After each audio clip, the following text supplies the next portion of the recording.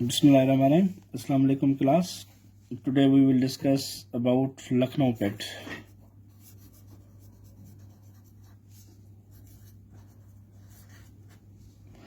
(1916).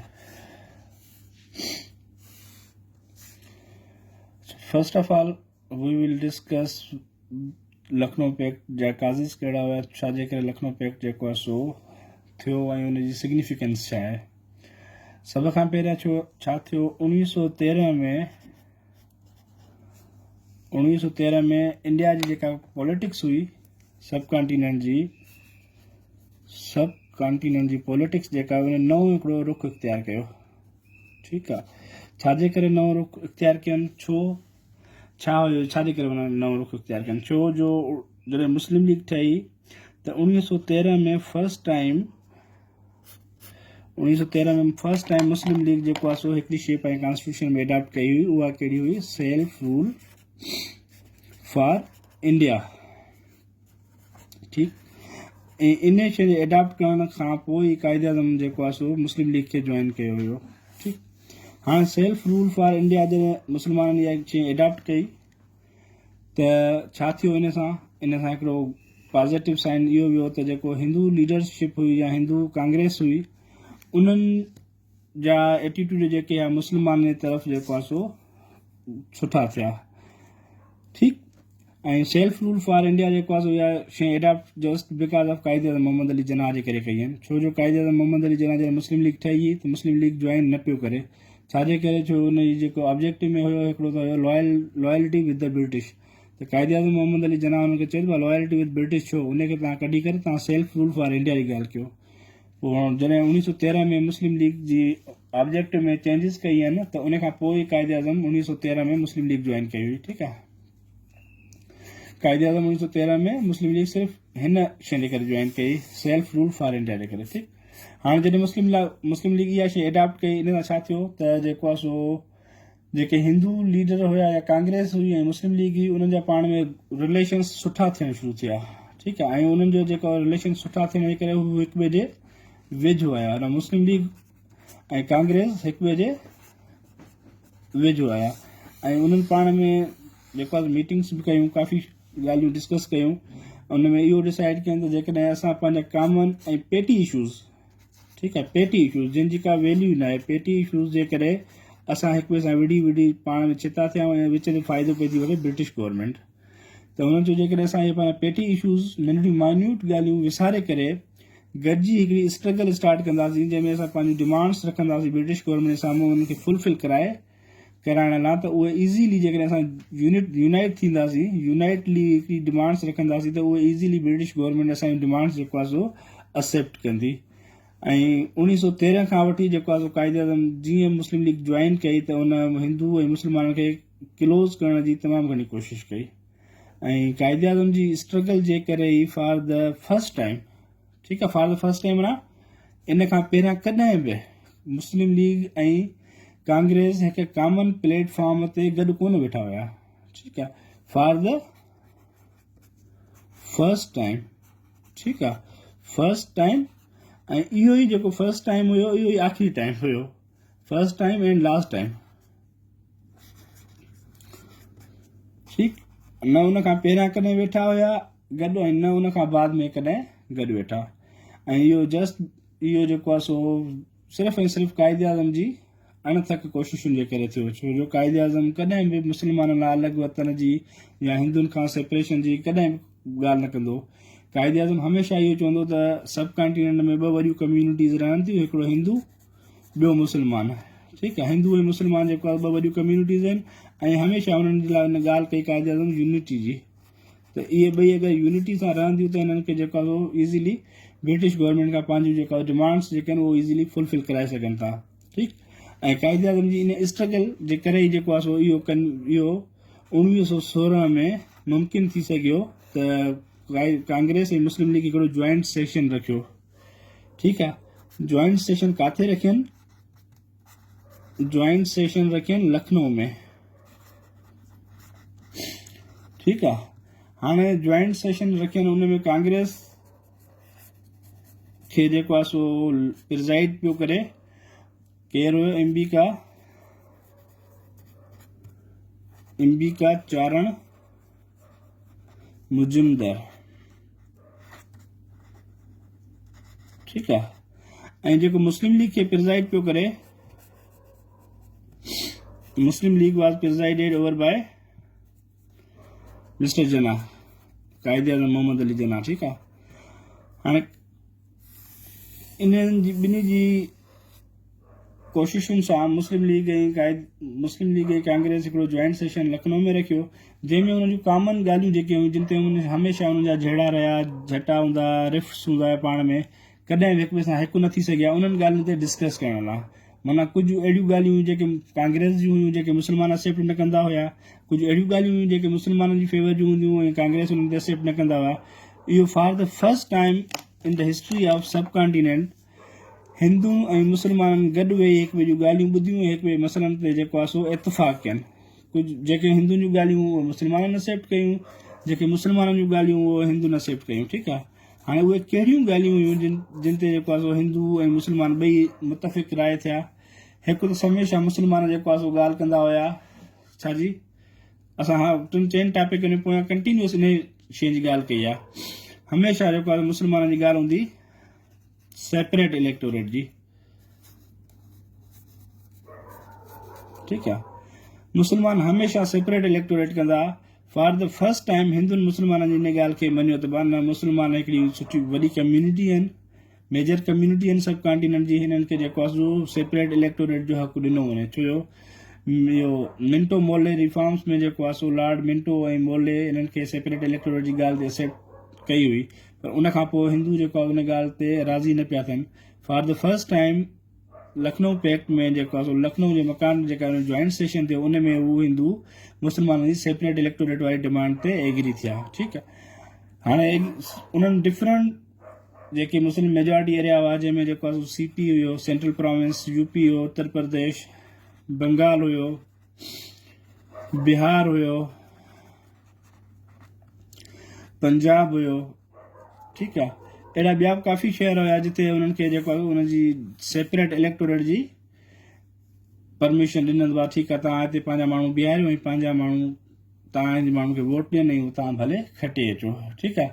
ऐं ॿियो त जेको आहे सो सभ खां वॾी ॻाल्हि त पंजाब ऐं बंगाल में हिननि खे इहो हक़ ॾिननि।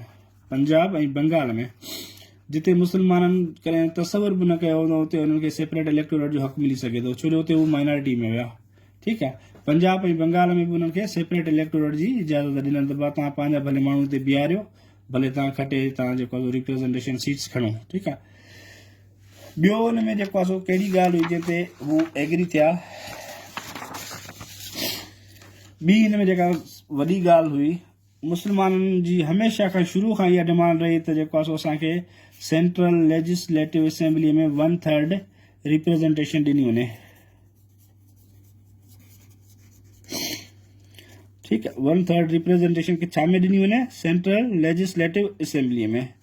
ऐं Hindu for the first time Lucknow pact में मुस्लमाननि जी इन डिमांड ते बि एग्री थिया त ठीकु आहे, तव्हांखे जेको आहे सो सेंट्रल लेजिस्लेटिव असेंबली में भले 1/3 रिप्रेज़ेंटेशन मिले, असांखे को एतिराज़ कोन्हे, ठीकु। ॿियो हिन ॻाल्हि ते बि एग्री थिया हुआ जिते काफ़ी अहिड़ा एरिया हुया जिते मुस्लमान मेजॉरिटी में हुया, ठीकु आहे।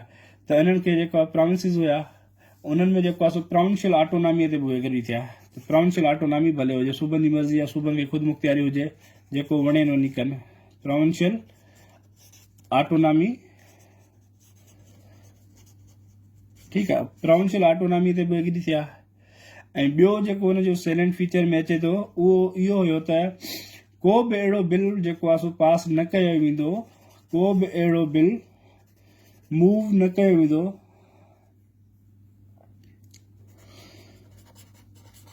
जेको कंहिं पर्टिकुलर कम्यूनिटी खे इफेक्ट करे, जेसि ताईं इफेक्टेड कम्यूनिटी या इफेक्टेड जेके माण्हू हुया उन्हनि जी 1/4 रिप्रेज़ेंटेशन उन बिल जी फेवर में वोट न करे। जेकॾहिं 1/4 रिप्रेज़ेंटेशन मेजॉरिटी उन वोट जी फेवर में, बिल जी फेवर में न आहे त that bill will be considered as cancel, ठीकु आहे। त उन बिल खे जेको आहे सो कैंसिल सम्झो वेंदो ऐं उन बिल ते का डिबेट, का डिस्कशन फर्दर नो मोर फर्दर डिस्कशन थींदी, ठीकु आहे। ऐं ॿियो हिन में हिंदू कांग्रेस इन ॻाल्हि ते बेगरी थी त जंहिं एरियाज़ में मुस्लमान मेजॉरिटी में न आहिनि सीट्स रिजर्व कया आहिनि, seats were reserved for Muslims. ठीकु आहे, माना जिन एरियाज़ में मुस्लमान मेजॉरिटी में न हुआ, माइनॉरिटी में हुआ, उते उन्हनि लाइ सीट्स रिजर्व कया आहिनि। उन ते बि एग्री थिया हुआ जिथे मुस्लमान जी मेजॉरिटी न आहे उते उन्हनि लाइ रिजर्व सीटूं हूंदियूं। जीअं असां वटि अॼुकल्ह हले पियो थो हिंदूज़ जी, नॉन मुस्लिम जी रिजर्व सीट्स हूंदियूं आहिनि, तंहिं दौर में मुस्लमाननि लाइ उन्हनि जेको आहे सीट्स रिजर्व कयूं। ठीकु आहे, ऐं ॿियो जेका मेन ॻाल्हि इहा बि हुई त जिन एरियाज़ में हिंदू मेजॉरिटी में हूंदा हुया, हिंदू मेजॉरिटी एरियाज़ में मुस्लमाननि खे प्रोटेक्शन ॾिनो वेंदो। ठीकु आहे, हिंदू मेजॉरिटी एरिया में प्रोटेक्शन टू मुस्लिम्स। ठीकु आहे, प्रोटेक्शन टू मुस्लिम्स। ऐं जेके मुस्लिम मेजॉरिटी एरिया हूंदा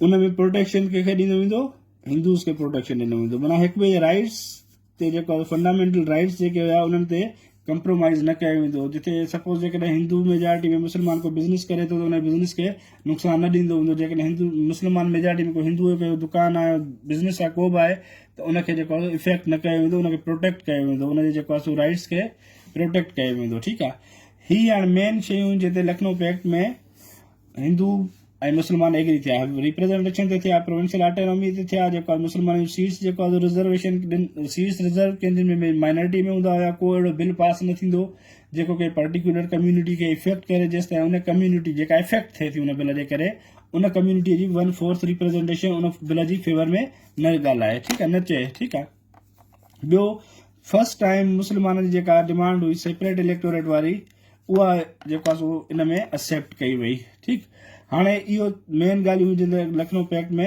हू एग्री थिया। त हाणे हिन जी सिग्निफिकेंस छा आहे? सिग्निफिकेंस हिन जी इहा आहे त for the first time two biggest communities of the subcontinent set together, पाण में गॾु वेठा कंहिं कॉमन कंसेंसस ते ॻाल्हाइण लाइ, ऐं उन ॻाल्हियुनि ते हू एग्री थिया, मुतफ़िक़ थिया। ठीकु आहे, ईअं ई मुतफ़िक़ थिया उहो just because of the struggle of mister Jinnah. ठीकु आहे, ऐं कायदे आज़म जी इन हिंदू ऐं मुस्लमाननि खे वेझो आणण जे करे कायदे आज़म खे हिकिड़ो टाइटल मिलियो जंहिंखे चवंदा आहिनि chief architect of the unity, chief architect of the unity, या इनखे ॿियो इहो बि चयो वेंदो आहे ambassador of Muslim unity, ambassador of Hindu Muslim unity. ठीकु आहे, हाणे जेकॾहिं अचे थो पिया कायदे आज़म खे जेको आहे chief architect of the unity जो टाइटल कंहिं ॾिनो, या इहो बि अची सघे थो त कायदे आज़म मोहम्मद अली जिन्ना खे ambassador of the Hindu Muslim unity जो टाइटल कंहिं ॾिनो, त इहो टाइटल हिन कायदे आज़म खे ॾिनो मिस सेरे जोनी Naidu. Sarojini Naidu, she was a politician of India. ठीकु आहे, कायदे आज़म खे इन करे इहो टाइटल ॾिननि त कायदे आज़म हमेशह हिंदू मुस्लमाननि खे गॾु करण जी कोशिशि कई, हिंदू मुस्लमाननि खे गॾु खणी हलण जी कोशिशि कई, उन्हनि खे यूनाइट कयो, उन्हनि खे कम क्लोज़र कयो, हिकु ॿिए वेझो आंदई। ठीकु आहे, हाणे थी इहो तव्हांजो सिंपल पार्टीशन हिन लखनऊ पैक्ट जे बारे में थी वियो। हाणे तव्हां खां जेके MCQ में सुवाल अची सघनि था त बाबा जेको आहे सो लखनऊ पैक्ट कॾहिं थियो? लखनऊ पैक्ट तव्हांजो सिंपल तव्हां ऑप्शन हूंदो डिसंबर 1916। तव्हां सिंपल जिथे डिसंबर 1916 हूंदो तव्हां हुनखे सर्किल कंदो। लखनऊ पैक्ट डिसंबर 1916 में थियो। ॿियो तव्हांजो इहो बि अची सघे थो लखनऊ पैक्ट जेको आहे सो कंहिंजी स्ट्रगल जे करे थियो? तव्हां उते छा चवंदो? कायदे आज़म मोहम्मद अली जिन्ना। कायदे आज़म जी अनरेस्ट स्ट्रगल जे करे मुस्लमान ऐं हिंदू जेको आहे सो हिकु कॉमन प्लेटफॉर्म ते गॾु अची वेठा। उनखां पहिरियां ऐं उनखां बाद में कॾहिं बि जेको आहे सो हिंदू ऐं मुस्लमान गॾु कोन वेठा हुया। ठीकु आहे, ॿियो तव्हां खां इहो बि सुवाल थी सघे थो बाबा मुस्लिम लीग ऐं Congress held there session first time in, माना इहो सुवाल त मुस्लिम लीग ऐं कांग्रेस पहिरियों सेशन पंहिंजो किथे कयो आहिनि? सिंपल तव्हांजो जवाबु छा हूंदो? लखनऊ में कयो आहिनि। ठीकु आहे, ॿियो इहो सुवाल बि अची सघे थो जेका लखनऊ पैक्ट में लखनऊ में या मुस्लिम लीग ऐं कांग्रेस वेठी जॉइंट सेशन थियो, उन में मुस्लिम लीग खे प्रिज़ाइड केरु पियो करे? कायदे आज़म मोहम्मद अली जना प्रिज़ाइड पियो करे मुस्लिम लीग खे। ऐं सपोज जेकॾहिं MCQ तव्हांजो अचे त लखनऊ पैक्ट में कांग्रेस खे प्रिज़ाइड ओवर केरु पियो करे? त तव्हांजो सिंपल जवाब छा हूंदो? कांग्रेस खे केरु पियो करे? अंबिका चारण माजूमदार। ठीकु आहे,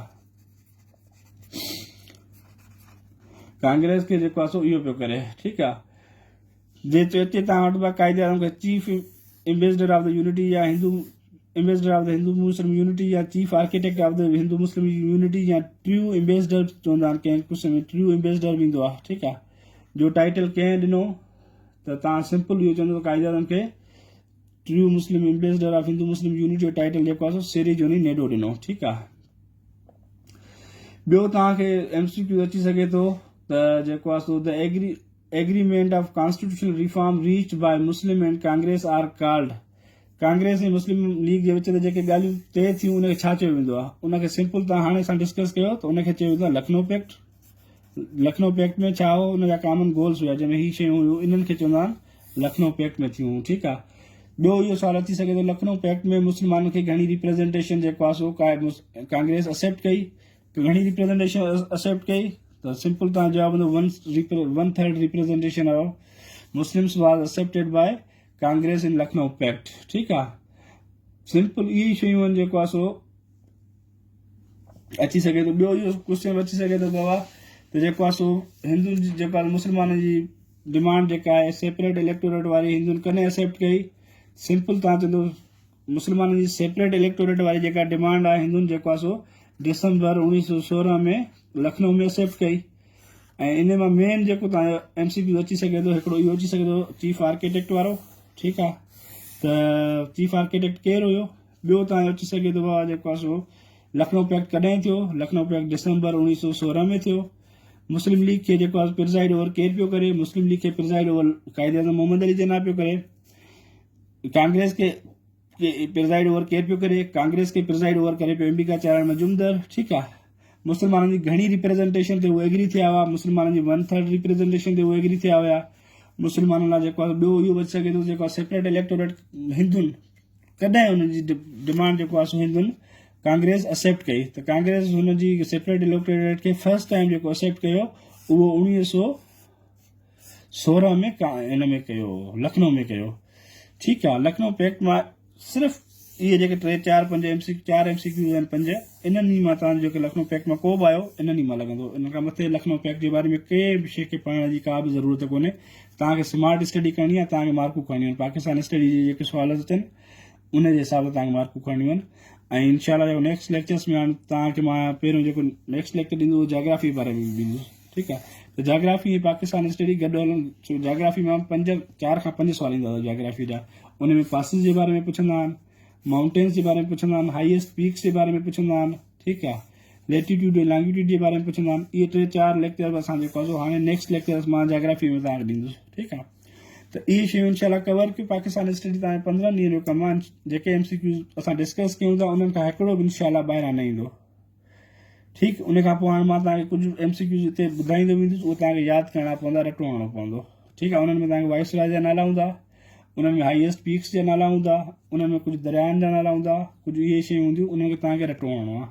ऐं उहो रटो तव्हांखे बाक़ाइदे हणणो पवंदो ऐं उहे 1-2 उन्हनि मां बि ईंदो अथव। ठीकु आहे, चलो इंशाल्लाह नेक्स्ट क्लास में असां मिलूं था, जोग्राफी पढ़ंदासीं। जोग्राफी असां स्टार्ट कंदासीं मैप खां। मैप पोइ ग्लोब ते ईंदासीं, पोइ जेको आहे उनजी फिज़िकल अपीयरेंस छा आहे, पोइ पासिस जे बारे में इंपॉर्टेंट पासिस कहिड़ा अची सघनि था, इहे शयूं इंपॉर्टेंट शयूं डिस्कस कंदासीं। ठीकु आहे, तव्हांजे मूंखे शिकायत हुई तव्हांखे लेक्चर सही सम्झ में नथो अचे। मां वॾी कोशिशि कई आहे तव्हांखे जेको आहे हाणे राइटिंग मुंहिंजी सम्झ में अचे। पोइ जेको आहे फीडबैक ॾिजो साईं यारनि खे। इंशाल्लाह नेक्स्ट क्लास में मिलूं था ऐं साईं यारनि खे ॿुधाइजो लेक्चर कीअं सही आहे, ठीकु आहे या न। Thank U, wish U best of luck.